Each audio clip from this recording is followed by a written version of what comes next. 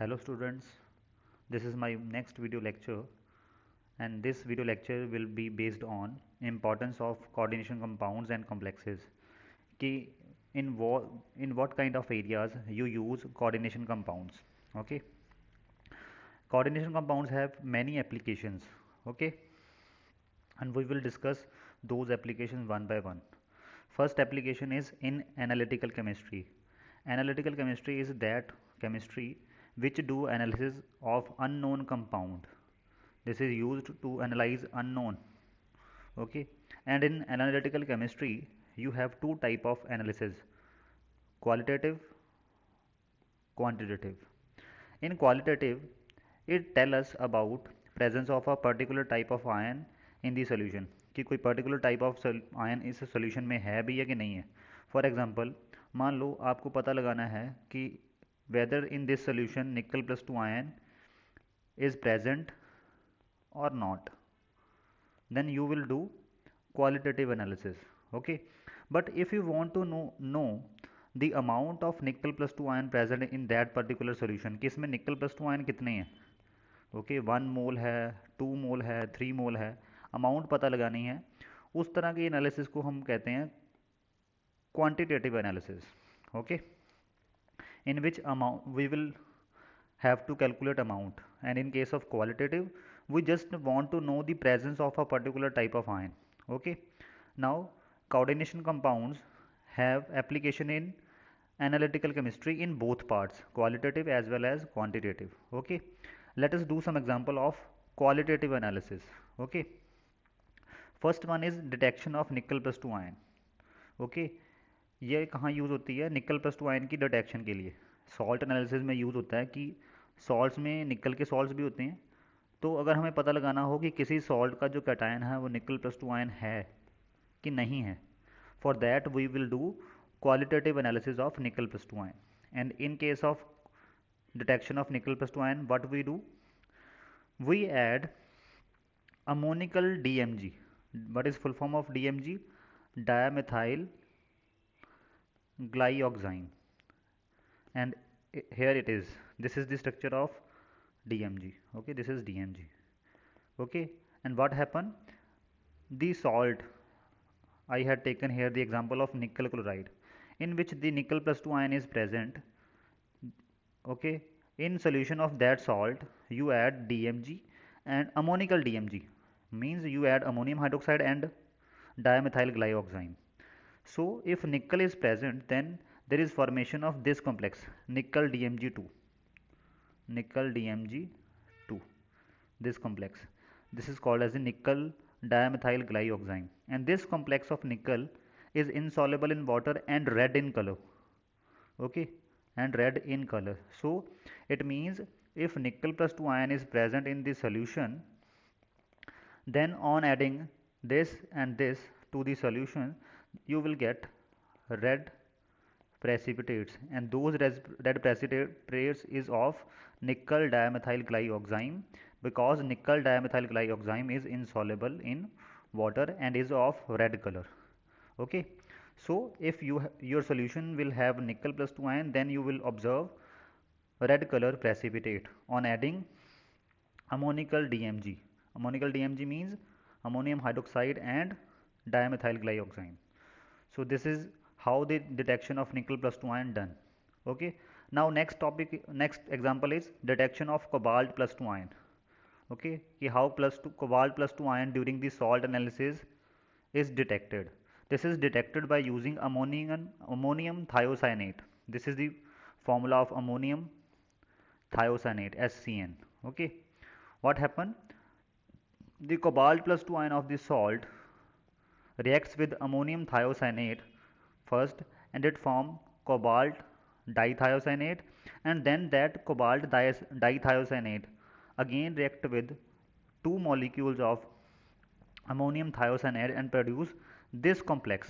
This complex has formula NH4 twice CO SCN4, this, and its name is ammonium tetrathiocyanate. Okay, this complex is produced, and this complex is soluble but is having blue color.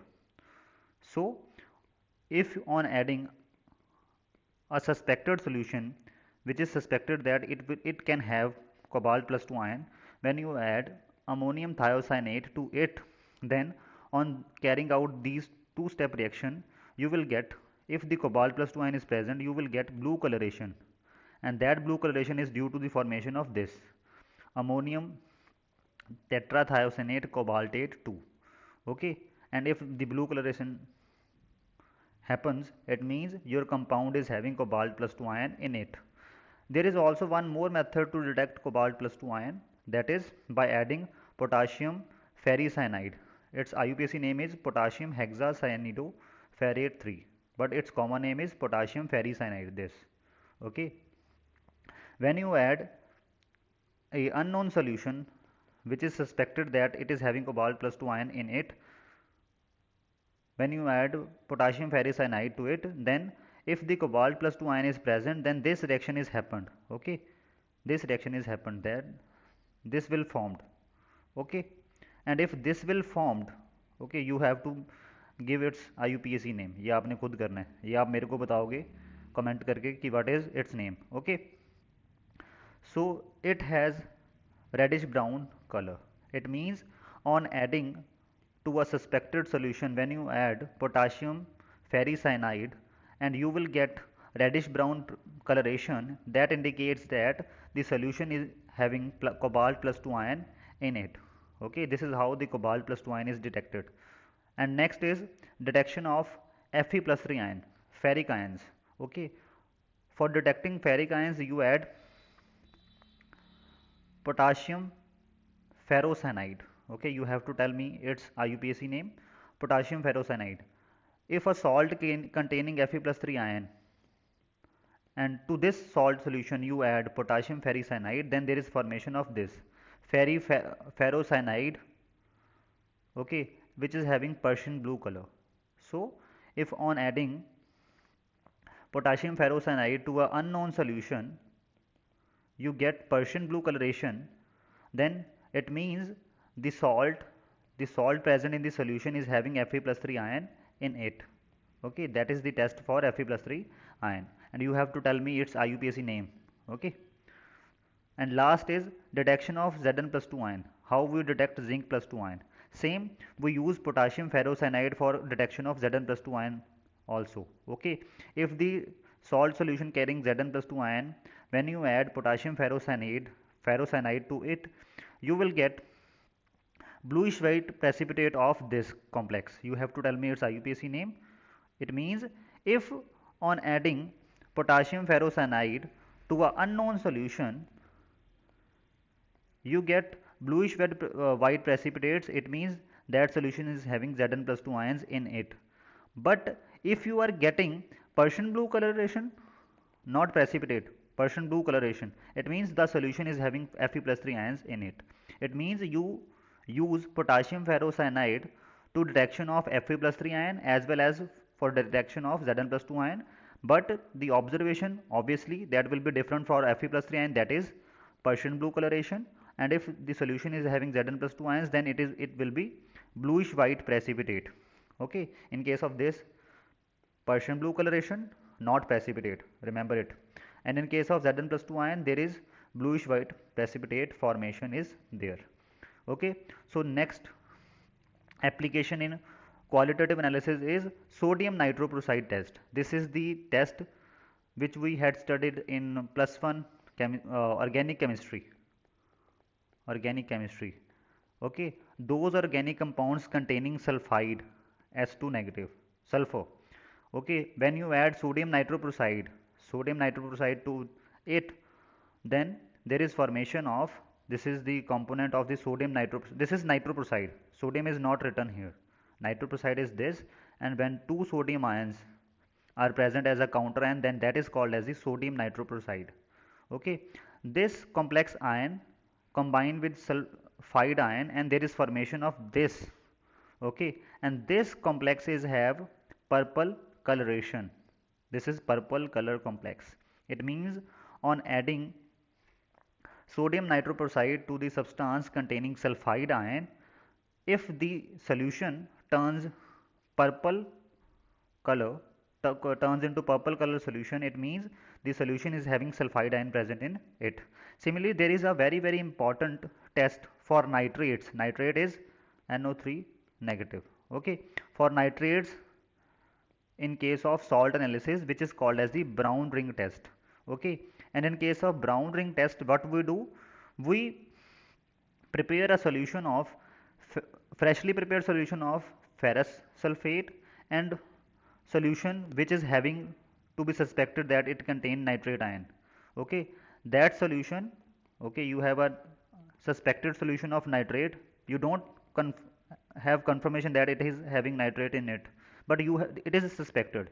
You add freshly prepared ferrous sulfate to it, then what you do, you add H2SO4, you add H2SO4 gently along the sides of test tube, यहाँ आप side से गिराओगे. Okay, and when the H2SO4 meet the solution mixture is containing freshly prepared FeSO4, okay, and nitrate ions if the solution is having nitrate ion in it. Okay, because it is the test for nitrate na. Okay, when the H2SO4 meet the junction, if the solution is containing nitrate ion, then at that time when the H2SO4 touch this junction, okay, this junction, where is the solution, let it be, when H2SO4 touch this junction, you are going to add H2SO4 along the sides of test tube. Okay, you are adding H2SO4 along the sides of test tube. Then the dark brown ring at junction is obtained due to formation of this complex. Okay, you have to do IUPAC naming of this complex. This complex is having brown coloration. It means when unknown solution, on adding ferrous sulfate to it, the mixture is formed, and to this mixture when you add H2SO4 along the sides of the test tube, then at the junction, if the brown ring is formed, brown ring junction is formed, then that brown ring junction is due to formation of this. It means this is the confirmation that your solution is containing nitrate ion, because if the solution containing nitrate ion, then only this complex formation will be there. Okay, and there is some special points about this particular complex. Okay, in this particular complex iron is present in +1 oxidation state. हालांकि यह जो iron होता है उसकी जो common state होती है +2 या +3 होती है, +1 तो आपने कभी सुनी नहीं होगी, या 0 होती है. ठीक है, but in case of this complex iron is in +1 oxidation state. Similarly जो NO है, this is not NO, this is NO positive. Okay, this is NO positive. Nitrosonium ion, there is nitrosonium ion as a ligand. Okay, this is also the point to be noted. Okay, and the color, this complex is having brown color. The reason for brown color is not DD transitions. आपको पता है ना coordination complexes में DD transition होती हैं. Okay, जो colour आया brown colour वो DD transitions की वजह से नहीं होता है इस कॉम्प्लेक्स का. वो कलर क्यों होता है, जब आपके पास NO न्यूट्रल वाला, एक्चुअल में शुरू में इसमें NO न्यूट्रल वाला ही होता है, NO न्यूट्रल वाला अपना एक इलेक्ट्रॉन निकाल के Fe+2 आयन को दे देता है, उसकी वजह से Fe जो है Fe पॉजिटिव बन जाता है और NO जो है वो NO पॉजिटिव बन जाता है. ये जो चार्ज ट्रांसफ़र होती है, इस चार्ज ट्रांसफ़र में एनर्जी यूज़ होती है, और वो एनर्जी कहाँ से एब्जॉर्ब होती है, कहाँ से एब्जॉर्ब होगी, लाइट से. ओके, लाइट का कोई वेवलेंथ वाला पार्ट, लाइट की कोई वेवलेंथ उस एब्जॉर्ब हो जाएगी, और जो वेवलेंथ एब्जॉर्ब हो जाएगी उसके जो एंटी वाला कलर आ जाएगा. ठीक है, कलर कौन सा है आपके पास, ब्राउन, मतलब this type of reason, it means ये वाला रीजन है ना अप्रॉक्सीमेटली ऑरेंज और रेड के बीच, रेड और वायलेट के बीच वाला रीजन, मतलब आपके पास एब्जॉर्प्शन किस रीजन में हुई है, ये वाले रीजन में जो लाइट एब्जॉर्ब हो रही है. Okay, during this charge transfer, okay, वो ग्रीन और येलो वाले रीजन के बीच में लाई करती होगी. ओके, और वो लाइट जब एब्जॉर्ब हुई तो जो ट्रांसमिटेड लाइट है वो किस कलर की आएगी, that is of brown colour, dark brown colour. Okay, clear. So you have to remember that what is happening inside of this complex, there is happening of charge transfer, and due to that charge transfer this complex is having dark brown color, and also there is some more changes. The iron which is initially present as a +2 converted to Fe plus, and NO which is initially NO neutral gets converted to NO positive, which is nitrosonium ion. Okay, here the nitrosonium ion is as a ligand. So this is all about the qualitative analysis in an analytical chemistry. This is how you do qualitative analysis in analytical chemistry. Now second is quantitative analysis. In case of quantitative analysis, you have to determine the amount of iron present in the solution. You already know that this solution is containing nickel plus 2 iron, but you want to know that how much nickel is there in this solution. So at that time you will do quantitative analysis. Okay, and in case of quantitative analysis, there are different type of quantitative analysis, and first is gravimetric analysis. What we will do here, for example is taken of nickel again. Okay, nickel plus 2 iron forms complex with red color precipitate complex with the DMG, same, and you are also going to add ammonium hydroxide. Okay, so when the solution containing nickel, you know this time nickel is there. Okay, you add excess of DMG. Okay, and you know that DMG will form this complex with nickel and gets precipitated out in form of red color precipitates. Red colour के precipitate बनेंगे. उसके बाद क्या करेंगे, in red इनको filter कर लेंगे. Okay, जब फिल्टर कर लोगे, जो आपके पास फिल्टर पेपर आएगा उसके ऊपर जो प्रेसिपिटेट आएंगे, you are going to weight. आप उन प्रेसिपिटेट्स का कर लोगे वेट. ओके, वो प्रेसिपिटेट किसके हैं, वो प्रेसिपिटेट्स हैं निकल डीएमजी ट्वाइस के. ठीक है, उससे आपको पता लग जाएगा कितना निकल डीएमजी बना. मान लो आपके पास x ग्राम निकल डीएमजी बना. ठीक है, क्लियर, यू हैव x ग्राम निकल डीएमजी फॉर्म्ड. नाउ अब समझो निकल डीएमजी का मॉलिक्यूलर वेट कितना होता है, 288.7 ग्राम, मतलब 1 मोल का वेट निकल डीएमजी के. निकल डीएमजी के 1 मोल का वेट इतना है. उसके 1 मोल में कितना निकल होता है, निकल का 1 मोल ही होगा. फॉर्मूला बता रहा है कि अगर इसका 1 मोल लोगे तो उसमें कितना निकल निकलेगा, 1 मोल ऑफ निकल निकलेगा. ठीक है, सो when you take 288.7 gram of निकल डीएमजी ट्वाइस, उसमें निकल कितना होगा 58.7 ग्राम. बट आपके पास निकल डीएमजी बना कितना है ड्यूरिंग, जो आपने वे करके रखा है. इसको ग्रेविमेट्रिक एनालिसिस इसलिए बोला, जो कॉम्प्लेक्स बनेगा उसका वे करना है और थोड़ी सी कैलकुलेशन लगा के आपने वो निकाल लेना है कि उसमें निकल कितना है. तो अगर 288.7 ग्राम निकल डीएमजी हो, निकल डीएमजी ट्वाइस हो, तो उस टाइम आपके पास निकल कितना होता है 58.7 ग्राम होता है उसमें. बट अगर x ग्राम है जो बना है, तो उसमें कितना निकल निकलेगा वो हमने कैलकुलेट कर लिया z. तो यहाँ से पता लग गया कि जो इनिशियली सोल्यूशन लिया था उसमें कितना निकल है, z gram. That's it, simple. Okay, now the second is volumetric analysis. Volumetric analysis कौन सी होती हैं, जो टाइट्रेशन टाइप एनालिसिस होती हैं. ठीक है, और ये वॉल्यूमेट्रिक एनालिसिस में कहाँ यूज होता है, जैसे estimation of calcium plus 2 ion and magnesium plus 2 ion in the hard water. Hard water में आपको पता है ना कैल्शियम प्लस 2 आयन और मैग्नीशियम प्लस 2 आयन होता है. ओके, तो आपको पता लगाना है इस हार्ड वाटर में मान लो कितना मैग्नीशियम प्लस 2 आयन है. ठीक है, कि कितने मैग्नीशियम प्लस 2 आयन है. तो आप क्या करते हो, यू यूज ईडीटीए.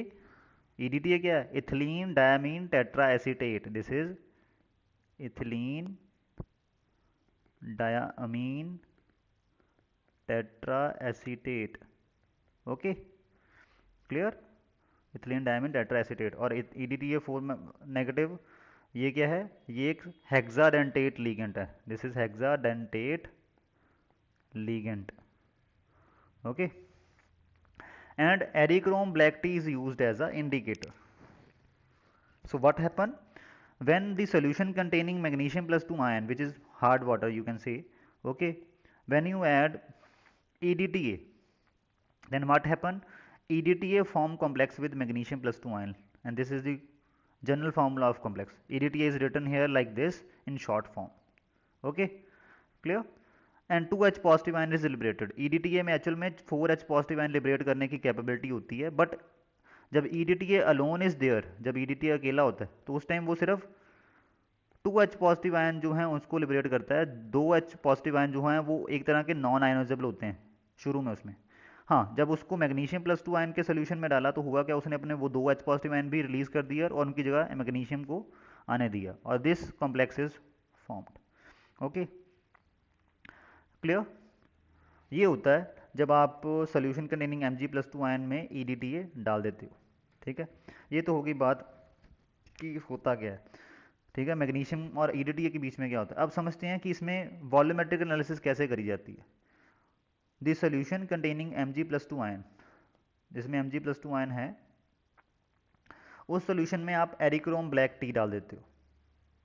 ठीक है, एरिक्रोम ब्लैक टी क्या है, it is a kind of indicator.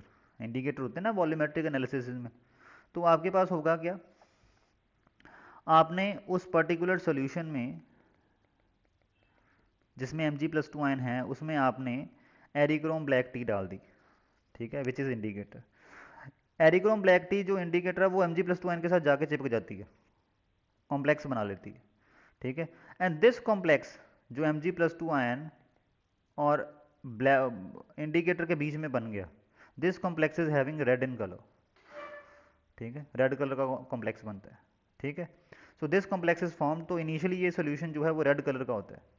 Okay, but जब आप पिपेट के थ्रू और सॉरी बुलेट के थ्रू आप इसमें क्या डालोगे, you are going to add EDTA, क्योंकि आप इसकी ईडीटीए से टाइट्रेशन करवाओगे। इसमें ईडीटीए से ही टाइट्रेशन होती है Mg+2 आयन की, to calculate what how much Mg+2 ion is present in this solution. Okay, so जब ईडीटी से होगी आपके पास टाइट्रेशन, तो होगा क्या है, मैग्नीशियम जो है वो लीगन का साथ छोड़ छोड़ के ईडीटी के साथ कंबाइन होना शुरू हो जाता है, मतलब ये वाला रिएक्शन हो जाता है, ये रिएक्शन हो रहा है। ठीक है, मैग्नीशियम जो है वो लीगन के साथ जुड़ गया। ओके, जो हमारा इंडिकेटर है वो एक H पॉजिटिव आयन लेके वो ये बन गया। ठीक, एंड एक H positive ion free as a free release हो गया। ठीक, और जब इंडिकेटर जो है वो अनकॉम्प्लेक्स्ड फॉर्म में होता है, मतलब जब वो मैग्नीशियम के साथ बाइंडेड नहीं होता, उस टाइम इंडिकेटर का कलर क्या होता है, वो ब्लू होता है। जब इंडिकेटर मैग्नीशियम के साथ बाउंडेड होता है उस टाइम उसका कलर क्या होता है, रेड। और जब इंडिकेटर बाउंडेड नहीं होता, फ्री होता है, उस टाइम उसका कलर क्या होगा, ब्लू। तो जैसे ही इस सोल्यूशन में सारा का सारा मैग्नीशियम और इंडिकेटर के बीच में ये जो कॉम्प्लेक्स बनाया है ये टूट जाएगा। ओके, तो ये अल्टीमेटली क्या होगा, रेड टू ब्लू कन्वर्ट हो जाएगा ये वाला solution. Okay, and that time we will say like this कि टाइट्रेशन इज डन। ओके, वहां से हम ये कैलकुलेट कर लेंगे कि कितना ईडीटीए लगा, how much EDTA volume is used. ठीक है, और according to that you will calculate what is the amount of Mg+2 ion present in the solution. Okay, so हाँ, इसको किसी नेक्स्ट लेक्चर में अगर हुआ तो डिटेल में पूरा डिस्कस कर लेंगे। This is basically this is not this much important according to your syllabus. Okay, so next application. So first application में हमने पढ़ लिया एनालिटिकल केमिस्ट्री में, analytical chemistry.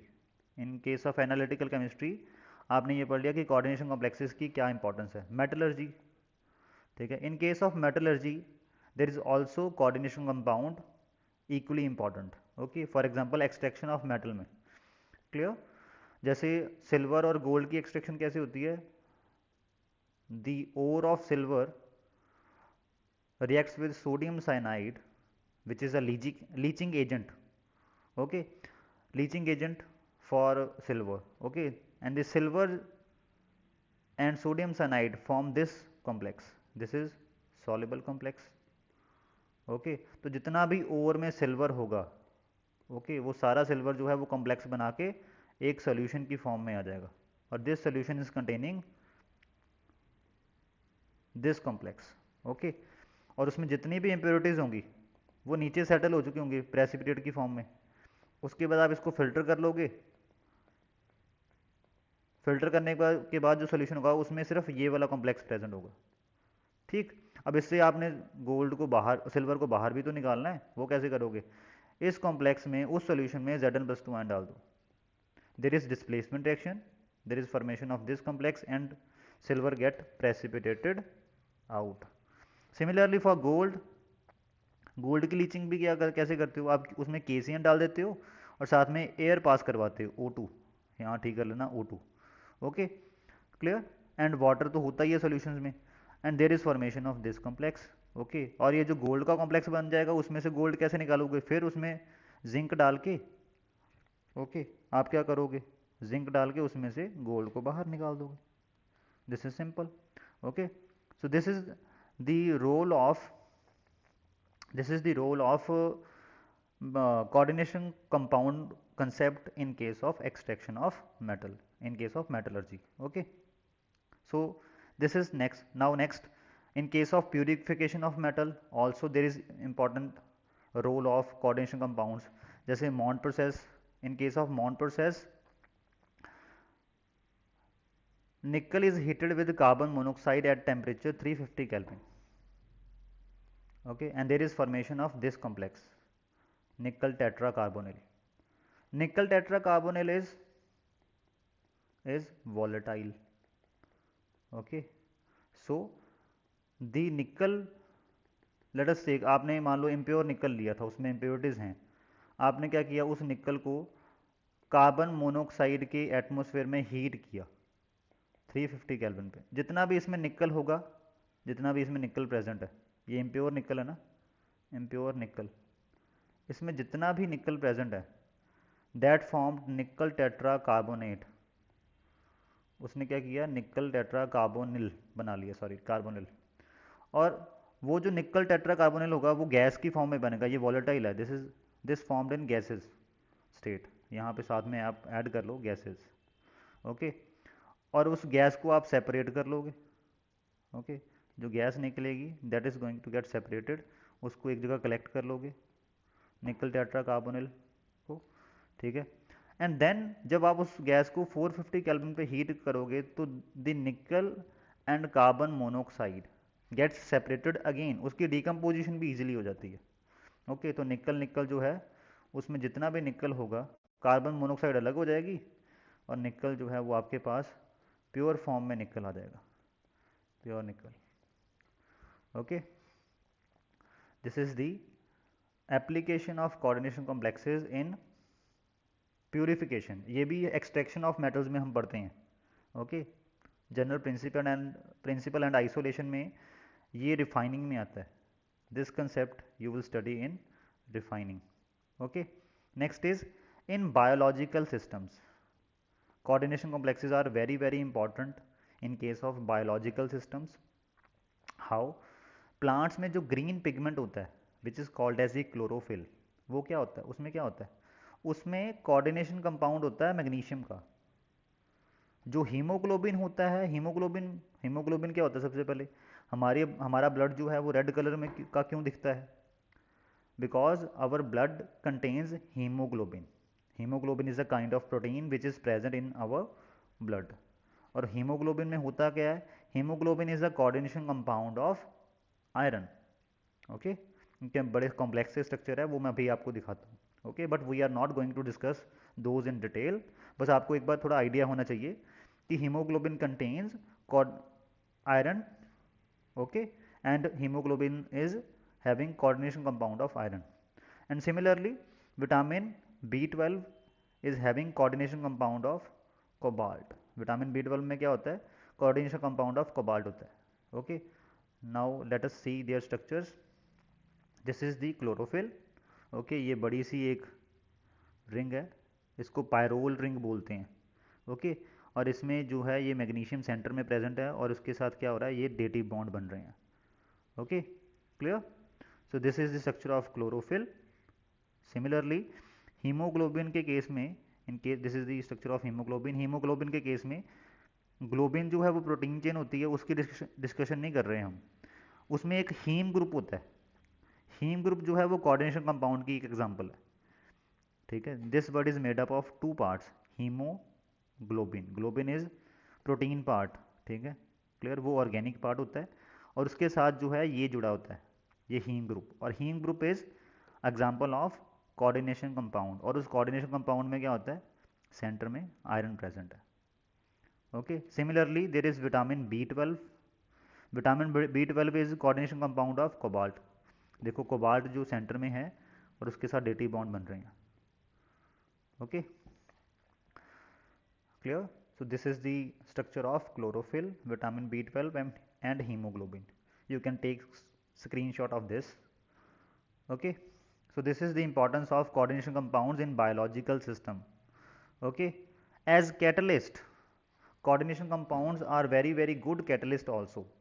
I will take some names of coordination compounds and also their application as a catalyst. सबसे पहले Wilkinson catalyst. Wilkinson catalyst, this is called as the Wilkinson catalyst. इसका IUPAC name आप मेरे को बताओगे. Okay मैं ये बता देता हूँ कि ये RH क्या है. This is rhodium. This is rhodium. This Wilkinson catalyst is used for selective hydrogenation of alkenes.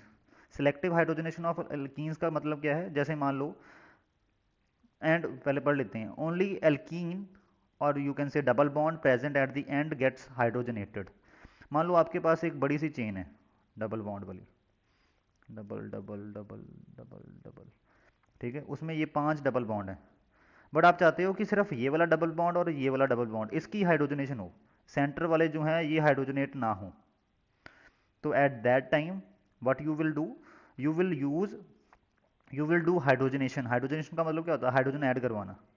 Okay, in the presence of Wilkinson catalyst. Wilkinson catalyst, Wilkinson catalyst की प्रेजेंस में करवाओगे. अदरवाइज अगर आप विल्किंसन कैटलिस्ट नहीं use करोगे तो क्या होगा? ये सारे डबल बॉन्ड जो हैं, ये सारे डबल बॉन्ड सिंगल में कन्वर्ट हो जाएंगे बाय हाइड्रोजनेशन. सिलेक्टिव हाइड्रोजनेशन के लिए आप क्या यूज करोगे? Wilkinson catalyst. Okay, Wilkinson catalyst की प्रेजेंस में जब हाइड्रोजनेशन करवाओ, मतलब हाइड्रोजन ऐड करवाओ, at that time only double bonds which are present at the end, मतलब at the terminals, get hydrogenated, gets converted to alkane. Okay, next, जैसे जब electroplating, जैसे मान लो आपने आयरन के किसी नेल के ऊपर you have to do electroplating of silver, silver की इलेक्ट्रोप्लेटिंग करवानी है. तो इलेक्ट्रोप्लेटिंग में क्या होता है? एक लेयर सी बना देते हैं ना उस नेल के ऊपर, उस पूरी नेल के ऊपर एक लेयर सी बना देंगे like this. Okay, and in case of electroplating of silver और गोल्ड, ओके, इसको डिटेल में नहीं समझेंगे, बस इसमें ये याद रखना है कि इलेक्ट्रोप्लेटिंग के लिए एक इलेक्ट्रोलाइट लगता है, मतलब ऑब्जेक्ट को एक सोल्यूशन में डाल के फिर उसकी इलेक्ट्रोलिसिस करवानी होती है with the metal which you want to electroplate on that particular object. जिस ऑब्जेक्ट पे जिस पे आपने इलेक्ट्रोप्लेटिंग करवानी है, तो आपने उसके साथ वो वाला मेटल रखना है जिसकी इलेक्ट्रोप्लेटिंग करवानी है. ओके, जिसकी लेयर उसके ऊपर डिपॉजिट करवानी है. जैसे ये हो गया सिल्वर और ये होगी आयरन नेल, ठीक है. इस दौरान जो है वो एक सोल्यूशन भी यूज़ करना होता है, और उस सोल्यूशन को बोलते हैं इलेक्ट्रोलाइट. और सोल्यूशन जो है, सोल्यूशन सिल्वर और गोल्ड के कौन कौन से इलेक्ट्रोलाइट आप डाल सकते हो? सिल्वर का ये वाला कॉम्प्लेक्स एज अ इलेक्ट्रोलाइट डाल सकते हो, और सिमिलरली गोल्ड के केस में गोल्ड का ये वाला कॉम्प्लेक्स एज अ इलेक्ट्रोलाइट डाल सकते हो. Okay, so this is how they act as a catalyst. And last application in medical field, very very important. medical field में जो नीट वाले हैं उनके लिए बहुत important है. in medical field, okay,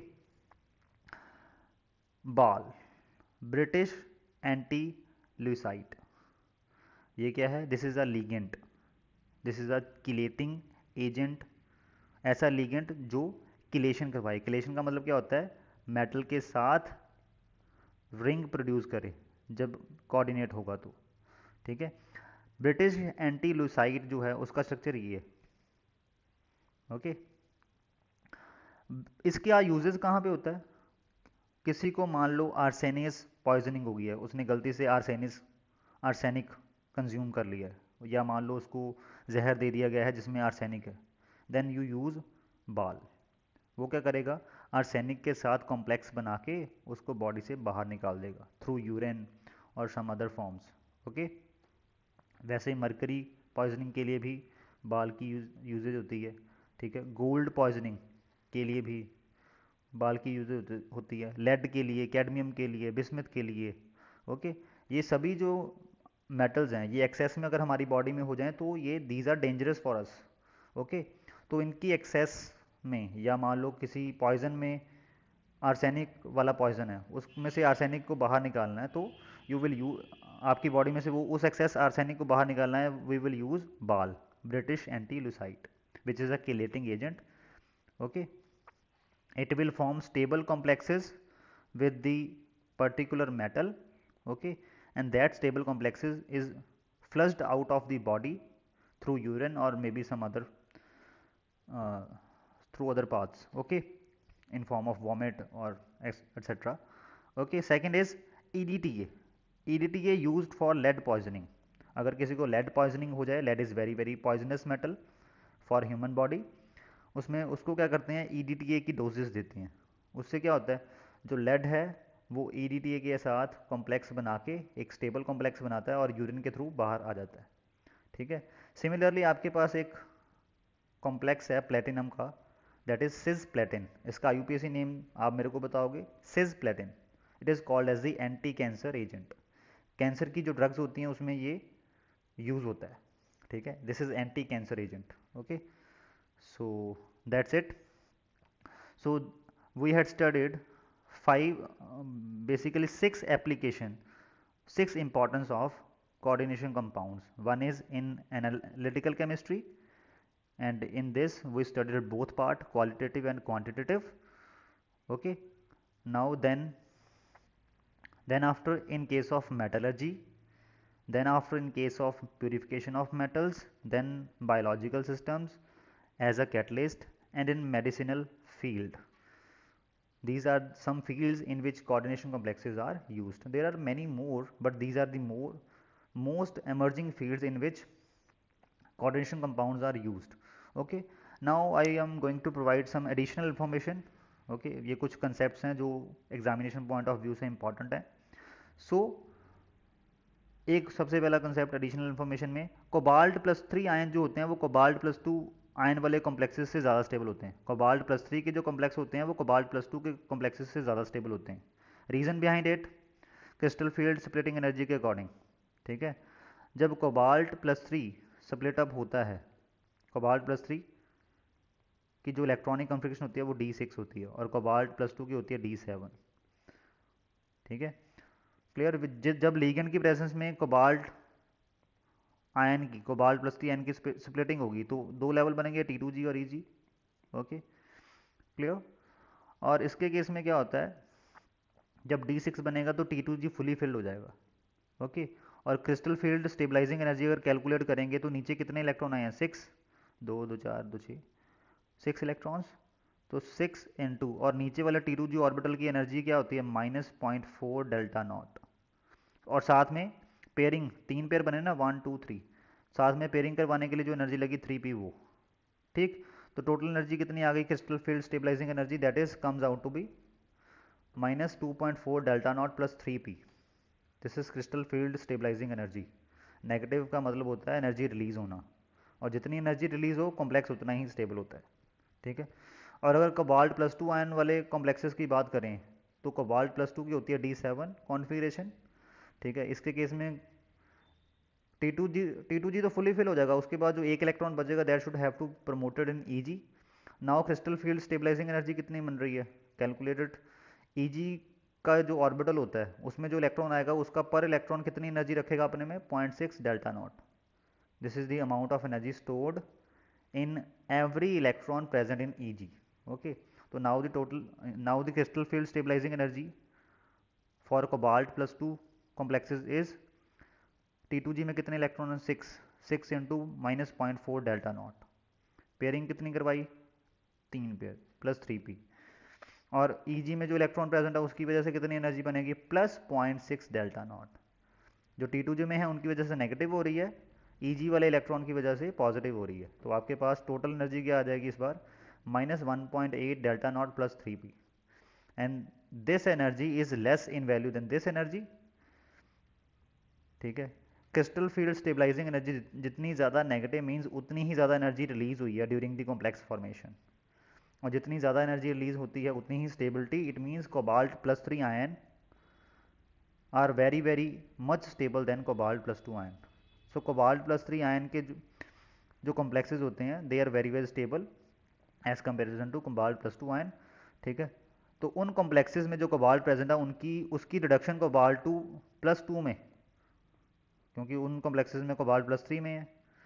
ठीक है, उसकी उसी कॉम्प्लेक्स में अगर आपने कोबाल्ट को +3 से +2 करना है by reduction, that is very very difficult, क्योंकि cobalt +3 is already very stable, तो उसकी रिडक्शन होके वो कोबाल्ट +2 ईजिली नहीं बनाता. So this is the additional information which I have to provide. Some important one two or more topics, one two more important topics are pi bonded organic metallo compounds. Pi bonded organic organometallic compounds क्या होते हैं? सबसे पहले ये समझो what are organometallic compounds. Metal के साथ ऐसे लीगेंट जो ऑर्गेनिक हों. ओके, उस टाइम जो कॉम्प्लेक्स बनता है उसको बोलते हैं organometallic complex. Okay, and pi bounded organometallic complex में क्या होता है? जो ऑर्गेनिक लीगेंट होगा, ओके, उसके जो पाई बॉन्ड वाले इलेक्ट्रॉन है, pi bond electrons are involve in coordination. Okay, उसके पाई बॉन्ड वाले, let us read this, formed by overlapping pi orbitals with vacant orbitals of metal atom और ion. ओके, आपके पास पाई orbital जो होंगे, field pi orbital of organic ligand will overlap with vacant orbitals of metal atom or ion.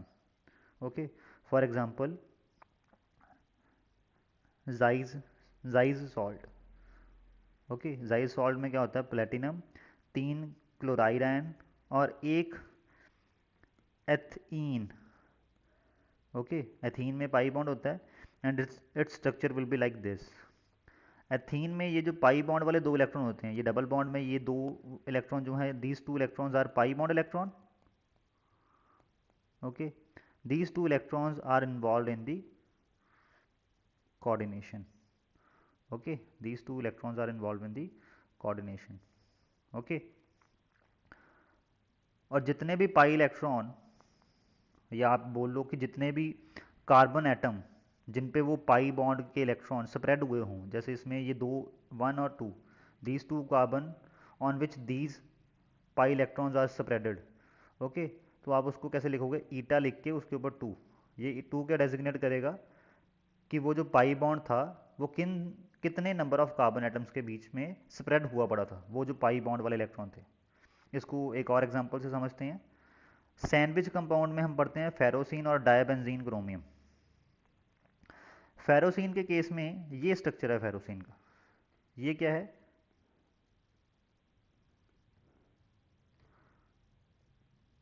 Cyclo penta die इनाइल anion. This is the ligand in case of ferrocene. Okay, और ऐसे ही आपके पास 2 ring जो हैं वो as a ligand हैं. Clear? एक cyclopenta die इनाइल anion जो है वो ऊपर है, एक नीचे है. ओके, और साइक्लोपेंटा डाई इनाइल के केस में 2 इलेक्ट्रॉन ये वाले, 2 ये वाले, 2 ये वाले, 6 total electrons are there and they are spreaded over the whole ring by conjugation.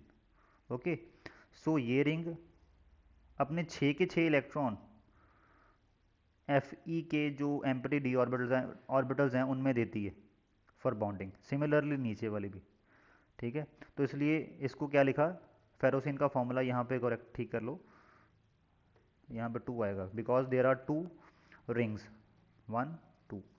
Okay, and it is written like eta 5 क्योंकि 6 पाई बॉन्ड इलेक्ट्रॉन्स जो कि कॉन्जुगेटेड 6 पाई बॉन्ड इलेक्ट्रॉन्स थे. ओके, वो कितने कार्बन एटम्स पे spreaded हैं? 5. Okay, so these 2 rings form sigma coordinate bond. This ring contributes 6 electrons at a time and this is also 6 electron at a time to form complex with iron, and this is the formula of ferrocene. Similarly, dibenzene chromium contains 2 benzene as a ligand.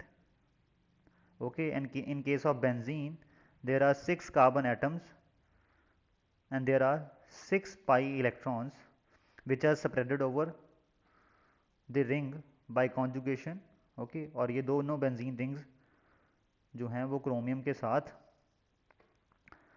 Dative bond बनाएंगी, जो chromium centre में आएगा। Okay, और इसके भी 6 electron और इसके भी 6 इलेक्ट्रॉन, दोनों बेंजीन के 6 इलेक्ट्रॉन जो हैं, they are rings are contributing their 6 electrons for donation to the central atom. Okay, and what is eta? अभी पढ़ ही लेते हैं। eta represent number of carbon atoms bound in metal in the compound. Okay, मतलब एक हिसाब से ये जो 6 के 6 आपके पास बेंजीन में कार्बन थे, 1 2 3 4 5 6, these 6 carbons got bounded to the chromium. Okay, clear. और इसने कितने इलेक्ट्रॉन दिए? 6 इलेक्ट्रॉन। सिमिलरली इसने भी 6 इलेक्ट्रॉन दिए इस क्रोमियम को to form coordination compound, and it is this and this collectively called as the sandwich compounds, क्योंकि इसमें मेटल ऐसे लगता है कि दो लेयर के बीच में उसका सैंडविच बन चुका है। Okay, so this is the pi bonded organometallic compounds. Thank you students.